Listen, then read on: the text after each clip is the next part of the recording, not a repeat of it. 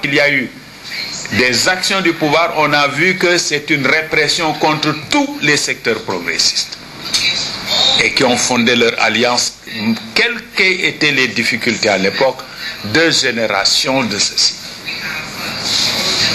C'est dommage que cela n'ait pas pu être fait ailleurs.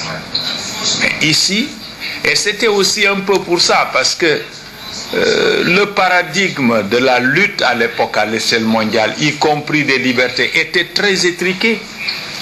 Et en sortir à l'époque, c'était difficile. On vous cataloguait tout de suite. Bon, on est révisionniste, on est ceci, etc. Bon, si ça nous a légué malheureusement un héritage, il faut pour cela au moins le rappeler, en tout cas l'analyser et en faire au fond un viatique pour cet avenir. Parce que nous sommes dans un monde qui ne nous pose pas les mêmes problèmes, mais qui nous pose des problèmes à d'autres échelles.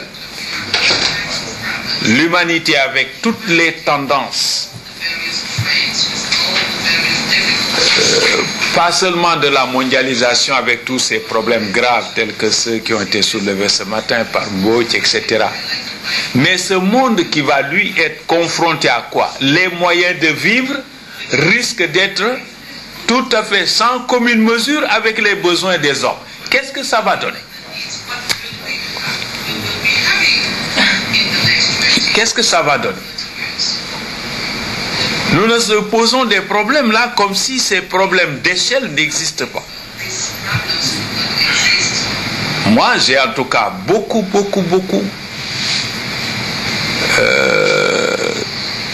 tiré profit de mon passage au gouvernement dans le domaine de la planification et des problèmes de population, pour être encore beaucoup plus inquiet pour l'Afrique. Parce que ces problèmes-là nous concernent aussi, et surtout ils sont dans un horizon, peut-être pas nous, peut-être que ce ne sera pas nous, mais les générations qui viennent après nous devront résoudre les problèmes de l'eau, des endémies, de la mobilité des populations, des immigrations. Ça, les générations qui viennent après nous là. Et ça, comment ils vont s'en sortir? Si déjà, au-delà de nos frontières, notre brassage est encore aussi limité au fond. Notre production culturelle, quelle dimension a-t-elle? Qu'est-ce que nous connaissons, nous, au fond de la culture ivoirienne au Sénégal? Qu'est-ce qu'on en connaît en dehors de nos chemises là? Typiques de... Oui, les chemises telles que les tissus d'Abidjan, on connaît maintenant. Mais leur patrimoine culturel, quelle connaissance, quelle diffusion, quel partage y a-t-il au Sénégal? Ça, c'est un sérieux problème. Or, des gens auront le pouvoir, quelle que soit l'époque. Qu'est-ce qu'ils en feront? Est-ce que ce sera justement pour prendre à bras le corps ces problèmes et faire en sorte que chacun comprenne bien les enjeux, leur communauté de destin là-dedans, et que toutes les actions ce soit pour s'armer ensemble pour y faire face? Parce que c'est là au fond que la question du pouvoir va se régler. Le pouvoir, c'est pourquoi. Et ceux qui vont l'avoir, c'est pour l'exercer, ce sera pourquoi. Donc ce que vous avez dit nous ramène à cette dimension. Je pense que c'est absolument important. D'où peut-être une fois de plus le plaidoyer pour un grand déploiement du travail intellectuel dans la ligne de ce qui est fait, mais aussi pour tout l'espace d'expression, de publication qu'il faut offrir à ces réflexions pour atteindre au maximum, c'est vrai, y compris en usant d'Internet et en prenant les dispositions pour que l'on ne puisse pas s'en servir de façon contre-naturelle, pour protéger que les gens n'aient pas tout le temps Internet parce qu'il y a des blogs à gauche et à droite, mais que ceux qui vont s'exprimer ciblant au moins les auditoires qu'ils veulent toucher, les lecteurs, les cibles qu'ils veulent atteindre, que ça soit fait dans un cadre où c'est géré en mettant en avant l'éthique qui s'impose, comme dans tout moyen de communication, pour que ça serve pour ceux qui veulent réfléchir, mais ne soit pas biaisé parce que on y déverse on ne sait quel sens de frustration ou d'étroitesse hérité d'autres choses. Parler la voix de l'expérience, parce que ce n'est pas souvent qu'on a l'occasion d'avoir des témoignages aussi riches et des réflexions aussi profondes. Et pour les autres, vous allez payer pour le temps que ceux qui ont parlé avant vous ont pris. 1 minute par personne. I'm coming to you, Rose. I'm starting from this end. Voilà, et Mbodj. Et après, je viens là, et puis voilà.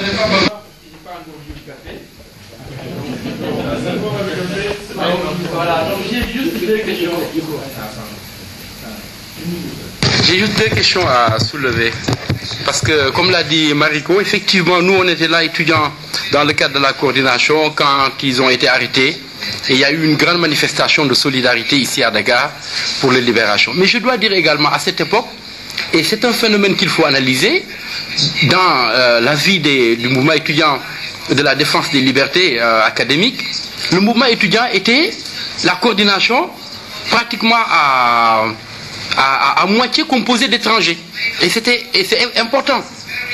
Il y avait la grande troupe, c'était les Burkinabés. Ensuite, il y avait les Maliens, les Nigériens. Il y avait également des Mauritaniens, des Comoriens. Mais il y avait pratiquement presque toutes les nationalités dans la direction. Et cela a été extrêmement important et ça répond un peu à la question du doyen. Ça permettait quand même, par exemple, les Burkinabés avaient un orchestre dans le campus. Mais toutes ces choses-là ont disparu. Mais pourquoi? Parce qu'en partie, nos universités aussi sont débrouillées pour discriminer les étudiants étrangers dans les campus. Par exemple, à l'époque, tous les étudiants africains ou japonais payaient le même droit d'instruction. Parce qu'on considérait qu'ils étaient jeunes, tout le monde a droit à l'éducation. Quand on a 4300 ou 4200, on peut s'inscrire. Maintenant, c'est enlevé. On a différencié l'instruction. Donc ça, il faut voir un peu les résultats et les conséquences que cela peut avoir, surtout quand on nous parle de gouvernement africain. Mais les présidents, les pays africains sont bizarres.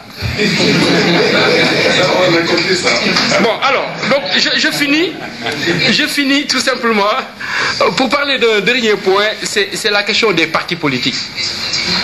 Nous, on a été confrontés à ce problème-là, parce que quand on est venu dans le mouvement étudiant, vous savez, ici, il y avait la salle d'attente. C'est-à-dire qu'il fallait faire à peu près 1 ou 2 ans et se battre dur avant d'accéder à la direction. Et nous, quand on était dans la salle d'attente, il y avait une situation où il y avait des mouvements syndicaux étudiants, mais affiliés officiellement à des partis politiques. Et ça nous a beaucoup affaiblis ici. On a lutté pendant 3 ans pour unifier le mouvement syndical étudiant et donc obtenir des gens qui ne s'engagent non pas pour leur parti, mais d'abord pour l'intérêt du mouvement étudiant. Ça, c'est un rapport qui a quand même traversé tous les campus donc africains. Et c'est très difficile à l'époque. Ça, c'est un premier aspect. Mais l'autre aspect également, c'est pour parler de l'affiliation politique justement, c'est que, comme quelqu'un l'a souligné tout à l'heure, en parlant donc de dénonciation, il faut voir également que moi j'en ai parlé, hein, il me semble que ce n'est pas un point qui intéresse beaucoup les gens, mais que ce soit les doyens ou les recteurs, etc., il faut voir les liens que ces gens-là entretiennent avec des partis politiques constitués alors qu'ils ont des responsabilités académiques. Est-ce qu'il ne doit pas y avoir une vigilance particulière qui est développée quand c'est le cas? Voilà les 2 points que je voulais donc souligner.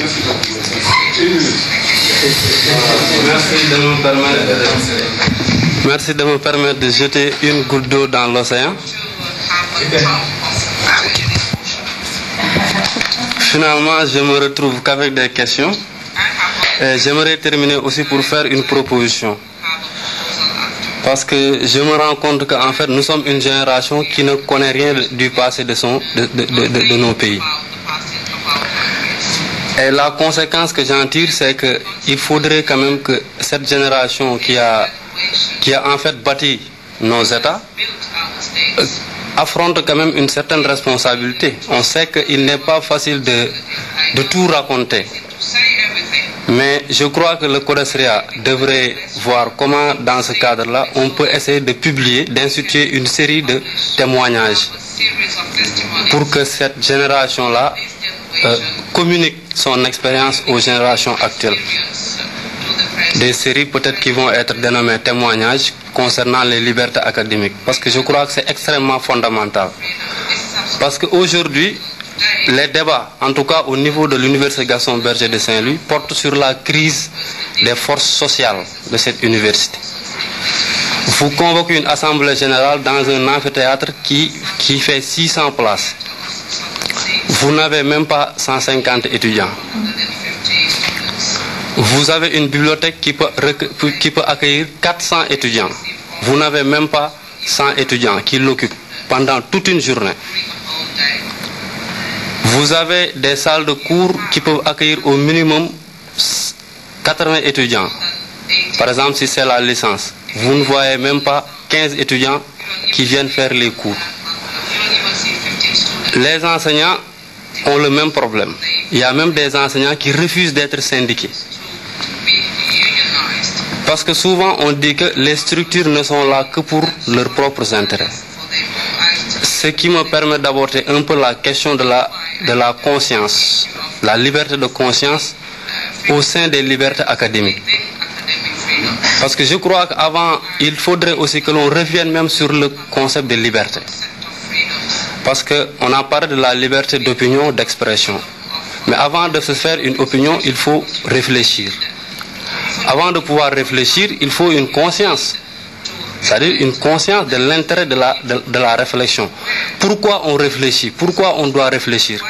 J'ai l'impression que notre génération sait que la réflexion est nécessaire, mais qu'elle ne sait pas comment et pourquoi réfléchir. Je crois que ça aussi, c'est des choses importantes, surtout pour nous, d'autant plus qu'il a souligné des défis extrêmement importants qui font peur même. Et j'aimerais terminer sur un dernier aspect. Voilà. Un dernier aspect, parce que ça me paraît important aussi, d'autant plus qu'on partage des expériences. Je crois que c'est des informations qu'il serait bien d'avoir. Je donne un exemple.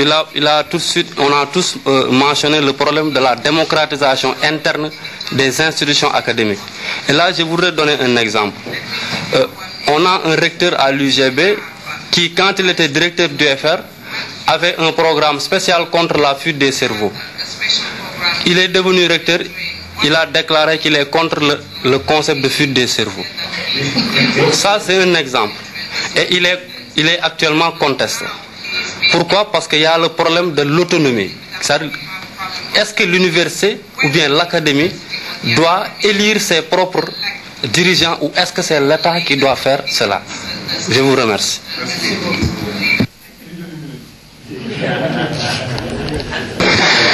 Merci pour la parole, merci les intervenants maliens pour l'expérience riche.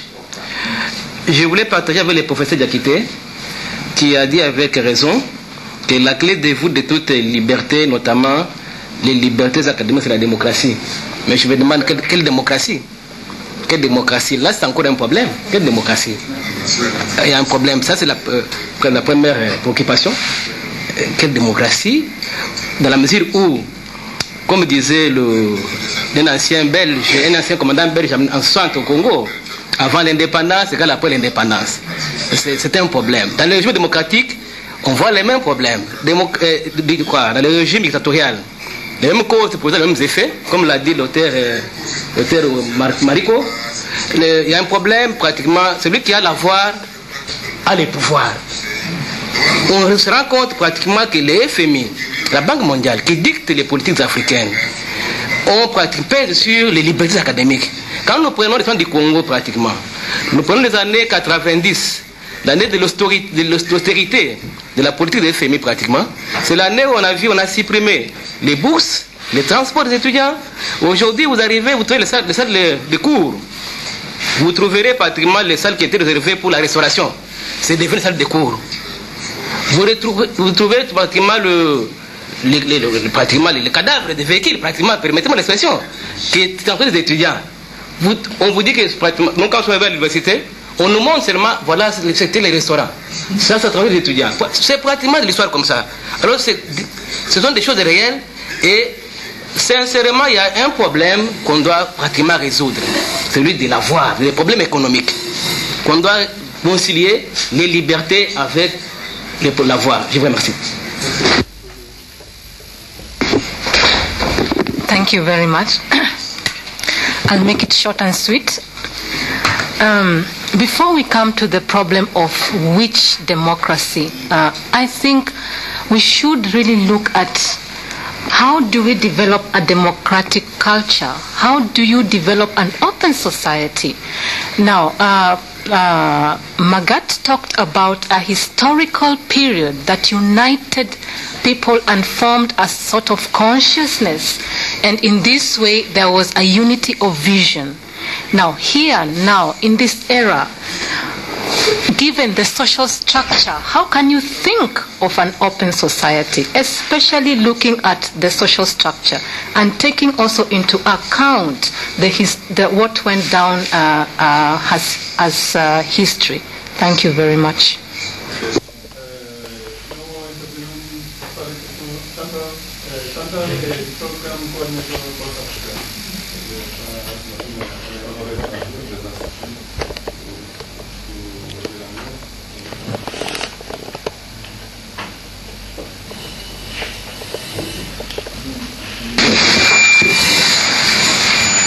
Bonjour tout le monde. Je n'ai pas pu venir l'avant-midi parce que j'ai eu l'invitation hier et donc je ne pouvais pas venir, mais je regrette quand même de n'avoir pas pu assister aux discussions parce que c'est assez intéressant. Et le cas des deux expériences qui ont été partagées me ramène en fait à la proposition que un des participants a faite. Je trouve que ce serait intéressant de pouvoir publier ces témoignages parce que je crois que en parler ici, on se sent presque privilégié de pouvoir vous entendre, de pouvoir entendre vos témoignages. Et on se rend compte que le plus souvent, l'Afrique ne connaît pas sa propre histoire et on le dit tout le temps et on le redit, mais chaque fois c'est après quand les anciens partent qu'on pleure en disant « Oh, il part avec beaucoup d'expérience », mais pendant qu'ils sont là, on n'a pas souvent cette occasion.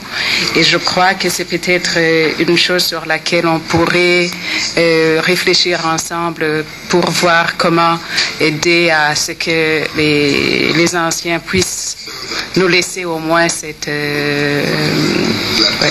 merci. Dans quel ordre? Dans l'ordre où vous êtes intervenu? L'ordre inverse. Professeur, oui, et puis si vous prenez une minute chacun, on va prendre le temps de prendre du café avant. Ça va aller vite. Ça va aller vite. Le café pourra attendre. Ça va aller vite parce que le doyen Magatem qui a parlé longuement, c'est plutôt une contribution, à mon avis, plutôt que des questions. C'est une très bonne contribution. Malheureusement, je dois lui dire que les aimables conseils que lui et Mahmoud Diop, l'un des présidents, Abdou Moumouni, du Niger alors, ont donné, disons, aux révolutionnaires maliens, ça n'a pas été écouté, quoi. Malheureusement, ça n'a pas été écouté. Bon, est-ce que ça a été transmis? Je ne sais pas, ça n'a pas été écouté, parce que la division... Ils n'ont pas écouté, malheureusement. Voilà. Ensuite, le camarade, je crois. Ouedraogo, voilà, Ouedraogo du Burkina. Il avait deux préoccupations. Il pensait que tellement la période des anciens était tellement dure qu'il ne voulait pas en parler. Bon, j'avoue qu'on n'en parle pas. Sans ça, je n'en ai jamais parlé. Si vous ne m'aurez pas invité, je n'en aurais jamais parlé. Voilà. Parce que chez nous, il n'y a pratiquement plus personne pour écouter ces choses-là. Malheureusement. Ensuite, qu'il pensait que c'était seulement les gens d'en face où il y avait beaucoup de reproches, et qui se rend compte que parmi nous aussi, il y a des reproches. C'est vrai, je pense que avec la misère incroyable en Afrique, l'état déplorable des gens, toute unité peut être divisée en deux. Votre propre ami, votre frère arrive au pouvoir, vous ne le connaissez plus.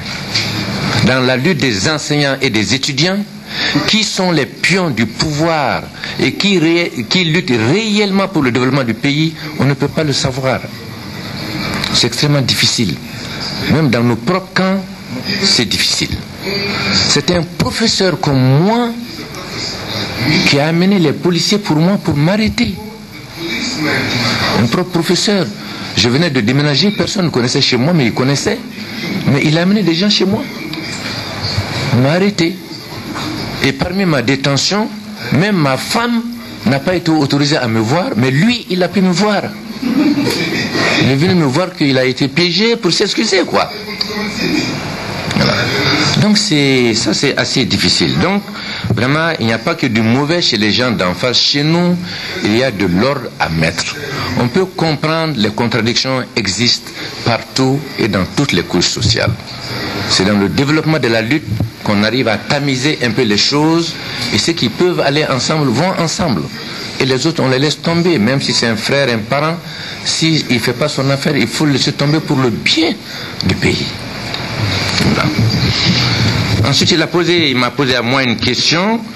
Il dit la lutte clandestine, comment tous ces gens qui ont fait la lutte clandestine peuvent-ils permettre de participer, comment on appelle, à la sécurisation de l'espace académique, une question comme ça, quoi. Bon, je pense que c'est extrêmement difficile. Je pense que nous, notre génération, ce n'est pratiquement plus possible. La génération immédiatement d'après, aussi, c'est assez difficile. Peut-être vous, les jeunes, et le travail que vous êtes en train de faire, pratiquement de fédérer l'Afrique, de se faire connaître l'Afrique, pour qu'on se connaisse mutuellement, elle est importante. La génération, nous, notre génération et celle qui nous a suivis, c'est extrêmement difficile. D'abord, pour eux, il y a, à mon avis, un drame cornélien. Le doyen en a parlé, il a parlé de nécessité de clarification du choix de société et de l'idéologie. Mais tous ces gens-là qui ont lutté de 60 à 90, parce que c'est bien aux environs de 90 que les changements radicaux ont eu lieu, ont été façonnés avec une idéologie déterminée, qui ont été mobilisés, comme nous les jeunes, depuis qu'on était étudiants, par des partis politiques clandestins, en nous faisant voir que l'avenir de l'humanité, c'est le communisme, c'est le socialisme. Or, c'est précisément cette génération qui arrive au pouvoir. Ils sont au pouvoir. Au Mali, en tout cas, ils sont au pouvoir. Au Sénégal, peut-être, ils ne sont jamais arrivés au pouvoir. Au Mali, ils sont au pouvoir. Ils ont été aux affaires, voilà. Voilà. Donc, le drame cornélien, c'est quoi? Quand tu luttes avec une idéologie déterminée, avec un projet social déterminé, que tu arrives au pouvoir et que tu te rends compte que les conditions concrètes pour appliquer cette idéologie et ce régime social n'y est pas, tu es au pouvoir, tu es obligé d'appliquer la politique de son adversaire. C'est ce qui se passe. Ces gens-là appliquent les politiques qu'ils ont combattues pendant une trentaine d'années. Moi, mon encadrement, pour ne pas dire embrigadement, date des années 65, de 76 ans maintenant, on se bat. On arrive au pouvoir, on n'a pu rien changer. On applique des choses que nous avons combattues pendant 30 ans. C'est un drame cornélien. Ces gens-là, on ne peut pas compter. C'est vous les jeunes, vraiment, qui doivent reprendre le flambeau, à mon avis. Le flambeau que les doyens ont allumé avec la FEANF. Fédérer l'Afrique.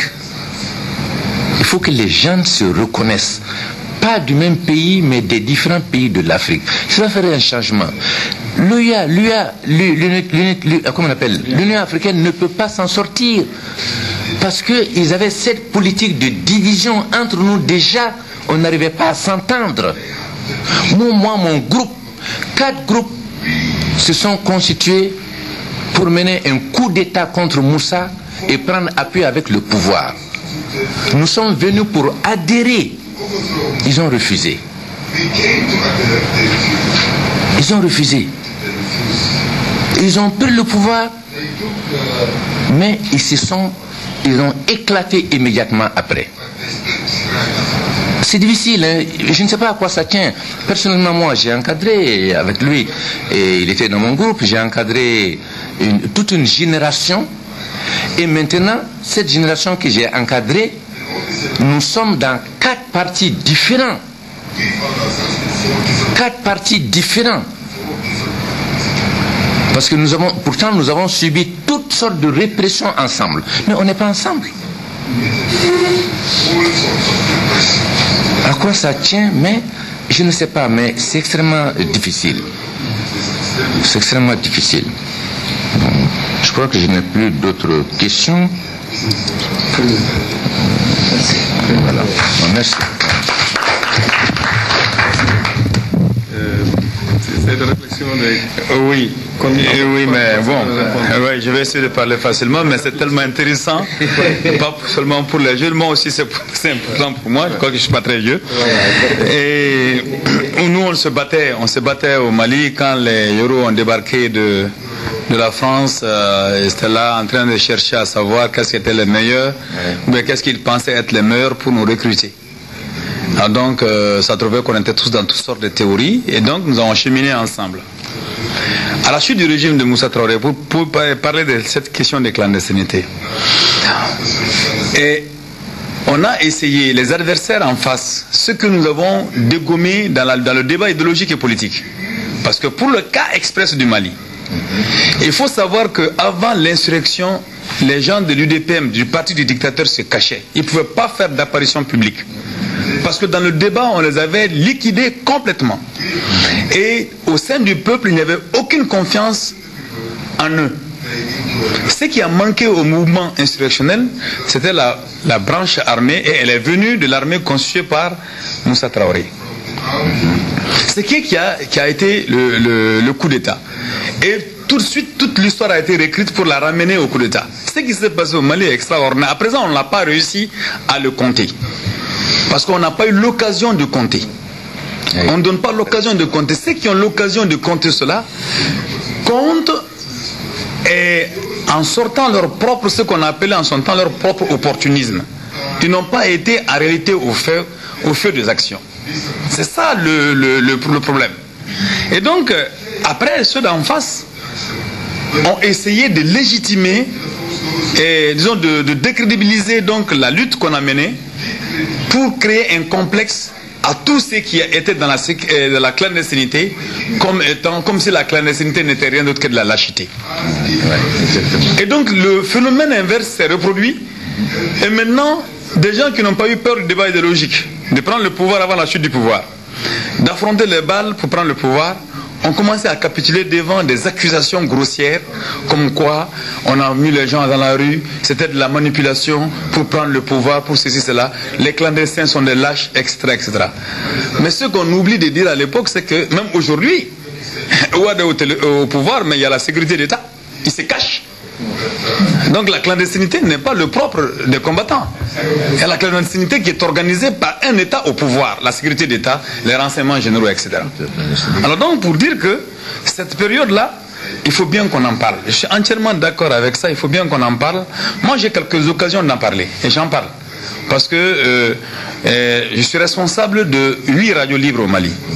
C'est en fait ce que je peux dire que j'ai gagné personnellement dans ce combat-là, où on peut vraiment s'exprimer, la manière dont nous sommes impliqués dans la lutte populaire, et il est difficile de faire taire ces radios. Mais depuis le régime démocratique jusqu'à aujourd'hui, depuis Alpha jusqu'à aujourd'hui, il n'y a pas eu, on n'a pas sauté 2 années. À chaque 2 ans ou chaque 3 ans, on va en prison. On a des animateurs qui vont en prison. 1 mois, 2 mois, 3 mois, etc. On va en prison. On a assumé ça. Pour l'instant, on continue à se battre et la conscience s'éveille progressivement. Donc, la situation actuelle, c'est que elle est assez complexe. Ceux avec lesquels on était et qui ont pris le pouvoir, comme Yoro a dit, dès lors que vous vous rendez compte que vous êtes au pouvoir et vous devez faire la marche arrière ou bien vous devez battre à retraite par rapport à votre programme, ce n'est pas un crime que de pouvoir rassembler ceux qui peuvent être des camarades pour échanger, montrer les réalités et dans un travail démocratique et avoir des moratoires de la part des camarades, même ceux qui ne viennent pas avec vous au gouvernement. Mais leur attitude a été des gens qui veulent justement que les critiques s'éloignent d'eux, mais que les larbins viennent. Et pour quelle raison? Évidemment, les ambitions personnelles. Mais ils se sont enrichis. Les 21 milliardaires dont la Banque mondiale a parlé, c'était sous le régime d'Alpha Omar Konaré, 4 ans après. 21 milliardaires, tous anciens ministres ou anciens directeurs nationaux des sociétés. 21 milliardaires. Tu n'es pas dedans. Ah oui, je sais. On a sorti la liste, tu n'étais pas dans la liste. Alors donc les 21 milliardaires, c'était eux. Donc de ce point de vue-là, il faut croire aussi que l'homme change. Il faut croire aussi que l'homme change. Et surtout qu'à l'époque où Moussa chutait, nous étions ensemble dans la même structure, mais nous n'avions pas encore mûri pour la construction du parti. Nous étions en groupe. Lorsque la révolution nous a presque surpris, parce que c'est là j'ai compris la formule comme quoi c'est pas les dirigeants qui font la révolution. Ils ont le rôle qu'on nous demande, c'est de pouvoir l'encadrer et l'amener le plus loin possible. Mais nous l'avons amené le plus loin possible, mais la structure n'existait pas et donc ça allait dans tous les sens. Ça c'est une autre question et malheureusement on ne s'assoit pas entre nous pour en parler correctement. Mais c'est pas forcément des questions liées à des contradictions que nous avons, qui nous empêchent de parler, mais seulement nos préoccupations quotidiennes. Il est difficile pour nous de nous voir. Quand on a dit on va à Dakar, je dis c'est l'occasion, on va causer. Parce que chacun est pris dans des situations extrêmement compliquées et difficiles. Moi, il m'est plus facile d'aller en Europe que de venir à Dakar ou d'aller au Niger ou d'aller en Côte d'Ivoire. Parce que quand je vais à Dakar, quand je vais en Europe, mais c'est eux qui payent le billet, ils payent ceci, ils payent cela, ils veulent qu'on aille parler, on va parler là-bas. Au lieu de venir parler à nos frères, à nos camarades qui nous ont aidés dans les pires difficultés, on a des difficultés de venir. Ils sont dans des problèmes, on est aussi dans des problèmes. Mais c'est dans une réflexion collective qu'on peut trouver une réponse à ces questions-là. Et le Traoré, Chérif Jara, excuse-moi, je dis Traoré. Ça c'est sûr. Moi, ça ce sont nos aînés. Ce sont des aînés à moi. Je les vois encore sous l'amphithéâtre de l'école normale supérieure. Je les vois. Mais je peux dire que je suis entièrement d'accord avec vous par rapport aux doyens. Le régime met sur place son réseau. Et nos camarades ont calqué sur le système. Ils mettent sur place le réseau constitué du doyen ou du proviseur et puis des agents. Je crois que quand vous étiez à l'ENSUP, il y a un d'entre vous dont je tais le nom qui a été mandataire d'un candidat au présidentiel pendant les élections passées. Il était mandataire, mais c'était un indicateur de la police. Il est dans des positions aujourd'hui assez dorées. Il était même mandataire d'un candidat au présidentiel. Vous devez certainement vous rappeler. Alors donc, il y a les doyens, il y a des enseignants contre les élèves qu'on a montés, les étudiants contre la société civile qu'on a monté. Et ça a été la partie que nos camarades d'hier ont apportée à la répression. C'est-à-dire la division intelligente. Ils ont apporté ça à la répression. Hier, le régime de Moussa, lui c'était clair, il met tout le monde ensemble, il réprime. Mais ici, ceux-ci, ils organisent la sécurité d'État, ils intoxiquent, ils vous diabolisent. Je vous donne un exemple. Moi, je suis allé dans une famille, un jour j'étais avec Père Jamassila. Je vais dans une famille, je gare ma voiture, je lui dis, bon, c'était mon ami qui m'a mené dans une de ses familles. Je gare la voiture, il rentre. Le temps que moi je gare la voiture, lui il est déjà rentré dans la maison. Moi je reviens, je rentre dans la cour. Dès que des femmes étaient assises autour du repas, elles ont tourné la tête, elles m'ont vu. Elles disent, Mariko, elles ont essayé de prendre la fuite. J'ai été complètement diabolisé. Parce que j'ai été assimilé au casse et à la chute violente du régime. Et maintenant ils en ont profité pour dire que j'ai le couteau entre les dents, je ne souris pas, je ne peux pas parler avec quelqu'un. Si je vois les gens, je les mange. Mais c'est ce jour-là que j'ai mesuré l'ampleur de l'intoxication. Avant, j'entendais, ça ne me faisait pas un grand problème. Même si j'ai un ami journaliste qui venait me voir chaque fois, à la troisième fois, il me dit, mais je crois que après tout ce que j'apprends de toi, je crois que tu es devenu fou. Mais chaque fois quand je viens, tu n'as pas remarqué, tu causes, je te fais parler et tu causes normalement. Mais voilà ce que j'avais appris de toi. Alors donc voilà un peu comment le travail se fait. Maintenant, la génération actuelle, je vais terminer. La génération actuelle, les jeunes, ceux qui sont plus jeunes que nous, ce n'est pas facile. Nous, on a eu cette chance-là. On s'est battu avant que nos aînés ne viennent. Mais quand nos aînés sont venus, il y en a certains aînés qui étaient déjà là, des professeurs comme les Victor Si, qui ont fait passer des années ici, qui nous encadrent, qui nous parlaient, qui étaient assez téméraires pour affronter le pouvoir. Mais quand ceux-ci sont venus plus organisés, ils nous ont amenés dans leur organisation. Nous avons été encadrés. Nous avons bénéficié donc de l'encadrement, mais bien qu'étant dans la clandestinité. Mais après, les choses ont changé. La plupart d'entre eux se sont retrouvés au pouvoir. Bon, et nous, on est resté très critiques. Donc finalement, on a été diabolisés et nos aînés, nos cadets ne veulent pas nous approcher. Et la stratégie mise sur place, c'est justement de montrer le matériel, rien que le matériel, à nos cadets. Et donc ils sont devenus un ministre qui ouvre ses grands salons, le ministre de l'Éducation qui ouvre son grand salon aux étudiants, et le président qui les appelle pour dire qu'au lieu d'aller écouter un tel, venez chez moi, et ça impressionne. Donc ils ont été la plupart du temps impressionnés, si bien que depuis que j'ai quitté la tête de l'AM en 92, je n'ai pas intervenu plus de 2 fois sur le campus universitaire à l'invitation des étudiants. Pas plus de 2 fois. On ne m'a jamais invité. Jamais. Parce que simplement, il faut éloigner. Mais aujourd'hui, la donne est en train de changer. La donne est en train de changer de plus en plus parce qu'il y a eu tellement de mensonges que finalement les gens se sont rendus compte que, bon, à beau mentir, il en restera toujours. Et il en reste aujourd'hui. Et c'est ça qui constitue l'espoir, en espérant que nous pourrons entretenir cela. Alors donc, la jeune génération est là à savoir de vous. Je crois que vous n'avez pas, avec le professeur, vous n'avez pas, le ministre, vous n'avez pas encore joué le jubilé. Hein? C'est pas encore fait votre jubilé. Alors donc, vous avez à donner, suffisamment beaucoup à donner.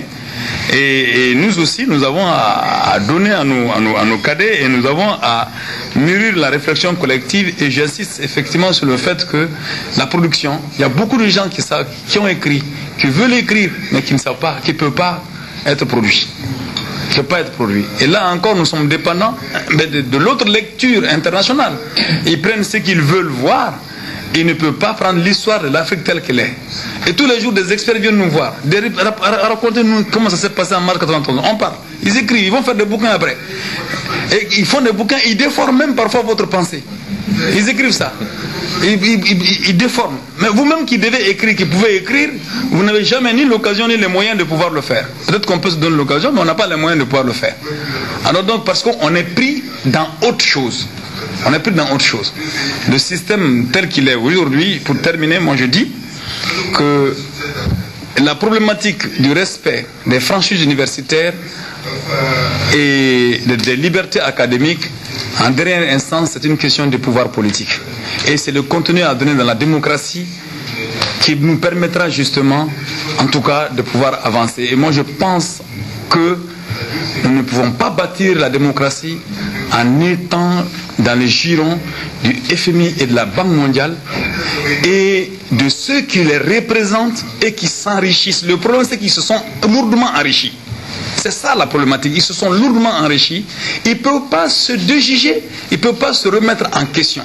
Maintenant, le problème, c'est l'organisation des autres qui veulent qu'on en sorte. C'est cette organisation vers laquelle il faut tendre. Parce que de plus en plus, les masses deviennent de plus en plus, en tout cas pour ce que j'ai vu, les campagnes que j'ai faites au Mali, pour ce qui concerne le Mali, pendant les élections, j'étais aux élections présidentielles, j'étais candidat, j'étais aux législatives, je vais aller pour les municipales, j'étais un peu partout.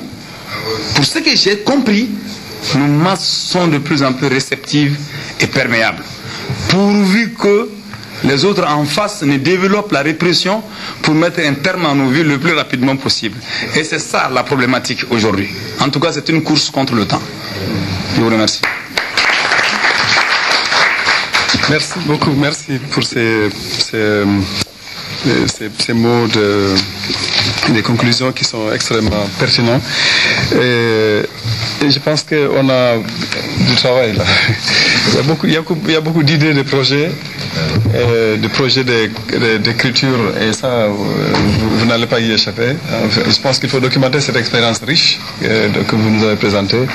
Ce serait un excellent projet de mémoire pour la lutte pour la liberté académique et de lutte pour la démocratie tout court en Afrique. Ça, je crois que c'est tout un chantier là qu'on pourrait investir au niveau du Codestria.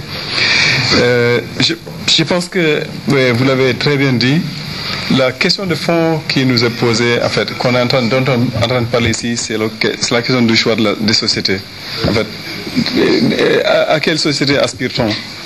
Quelle société va-t-on bâtir? Nous voulons une société qui est démocratique, évidemment, et une société également dans laquelle les gens pourront être épanouis, ou dans lequel les individualités et les groupes seront libres de toutes les pesanteurs et de toutes des contraintes, qu'elles soient d'ordre matériel ou autre quoi. Et donc je pense qu'on parle évidemment donc d'une société africaine qui est démocratique, mais qui est également développée, pour le dire de manière très simple. On aspire quand même à une transformation de nos sociétés, quoi. La deuxième chose, c'est c'est évidemment comment on parvient à cette société-là. Et si on part de ce dont on discute ici, la liberté académique et la sécurité, de cette problématique-là, c'est quel mécanisme pourront mettre en place pour faire en sorte que l'espace universitaire soit sécurisé. Je reprends la formule qu'a employée Jean-Bernard Ouedraogo. Quel mécanisme pourront mettre en place pour sécuriser l'espace académique? Pas simplement parce que c'est beau de le faire. C'est parce que nous avons reconnu, et aujourd'hui même la Banque mondiale qui a passé son temps à dire qu'on n'a pas besoin d'université, il est reconnu maintenant que le savoir est une nécessité, et par rapport à tout. On parle d'économie du savoir, on parle de société du savoir. Et l'ironie, c'est qu'en fait, on n'y met pas les moyens. Ou en tout cas, ailleurs, les gens ils vont mettre les moyens. Mais ici, on est encore en train de jouer, quoi, au fond. Et parce qu'on ne met pas les moyens qu'il faut pour justement construire cette société du savoir et construire les économies du savoir. Et ça veut dire quoi concrètement? Ça veut dire qu'il faut qu'on ait des universités qui méritent d'être appelées des universités, à proprement parler. Il faut qu'on ait des universités qui sont viables, qui sont dynamiques, et qui sont bien enracinées dans nos sociétés et qui sont bien enracinées dans les dynamiques sociales et dans les luttes sociales dans lesquelles nous sommes. Et ces universités-là, moi je suis convaincu à vous entendre qu'elles ne peuvent être qu'africaines. Donc toutes les gens, les barrières, là, les discriminations en termes de matière d'inscription dont parlait Mbodj, et ça c'est au Nigeria depuis longtemps. Et dans plein de pays d'Afrique, on applique ces choses-là que Margaret Thatcher a introduites en Angleterre déjà pendant les années 80.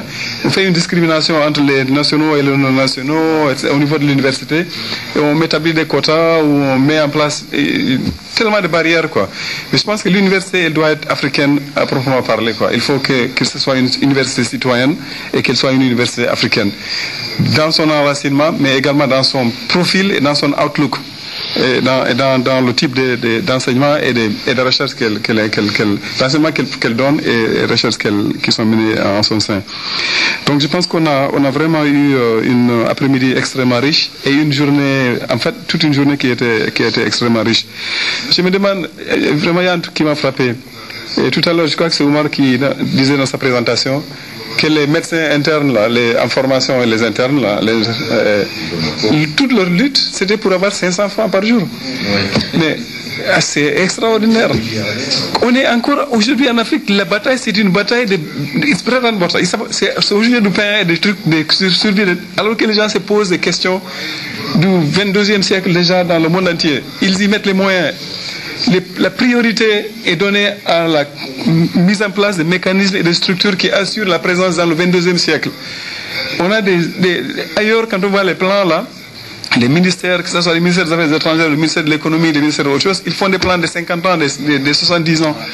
Aujourd'hui, on est encore en train de se poser des questions de survie, et puis qui sont tellement, comment dire là, terre à terre et débile que c'est extraordinaire, quoi. À y réfléchir un peu. Merci. Un médecin, vous vous rendez compte, quelqu'un qui se forme pour être un médecin, Et l'importance de ces fonctions dans nos sociétés-là, ta lutte se limite à lutter pour 500 francs par jour.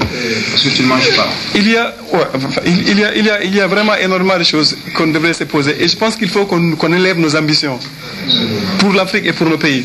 Je crois que c'est à ça que ça se ramène, quoi. Et il faut qu'on sache parler à nos dirigeants pour qu'ils comprennent qu'au fond, il faut qu'on sorte de cette mesquinerisation de tout, quoi.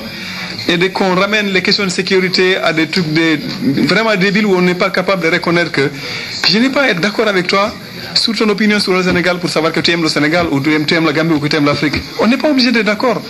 Mais on peut avoir des paramètres dans lesquels on peut avoir des débats qui sont sains et mettre en place des structures qui nous permettent de conjuguer nos efforts pour qu'il y ait une société qui serait meilleure pour tout le monde demain. Et ça là, si on n'est pas capable de commencer ça à l'université même déjà, c'est pas la peine de continuer ailleurs. Et c'est là où la responsabilité est encore plus grande sur nous, les universitaires, parce qu'il faut d'abord qu'on sache incarner notre identité d'universitaire à proprement parler. Notre identité d'universitaire à proprement parler, qu'on vit ça pleinement. Et à partir de là, on pourrait peut-être commencer à mieux dialoguer avec les autorités et leur assurer qu'au fond, critiquer un régime, ce n'est pas être en train de trahir l'État ou être un mauvais patriote ou quoi que ce soit. C'est de ces débats-là que sortiront les politiques qui sont adaptées et ainsi de suite. Donc encore une fois, merci beaucoup à nos amis maliens. Merci d'être venus de si loin et de nous avoir apporté autant dans ce débat-là. Merci à tous ceux qui ont contribué dans le débat. Je pense qu'on n'est pas très loin, on a débordé d'une quinzaine de minutes du temps qui a été prévu avant. On va prendre 5 minutes pour prendre du café et revenir. Il y a un film là qui, en fait, et une autre manière aussi de jeter un regard sur ces questions-là, le vent. Je pense qu'au retour là... Comment? Oui, au retour là, peut-être que vous allez nous introduire le film un petit peu pour dire de quoi il parle. Mais le vent, c'est certainement les Maliens le connaissent, il y a d'autres personnes qui l'ont vu. C'est l'histoire d'une lutte estudiantine au niveau du Mali pendant les pires années de la dictature militaire. Un film de Souleymane Cissé. Ça vaut le coup d'être vu. Mais on va prendre 5 minutes pour prendre du café et revenir pour ce film-là. Donc...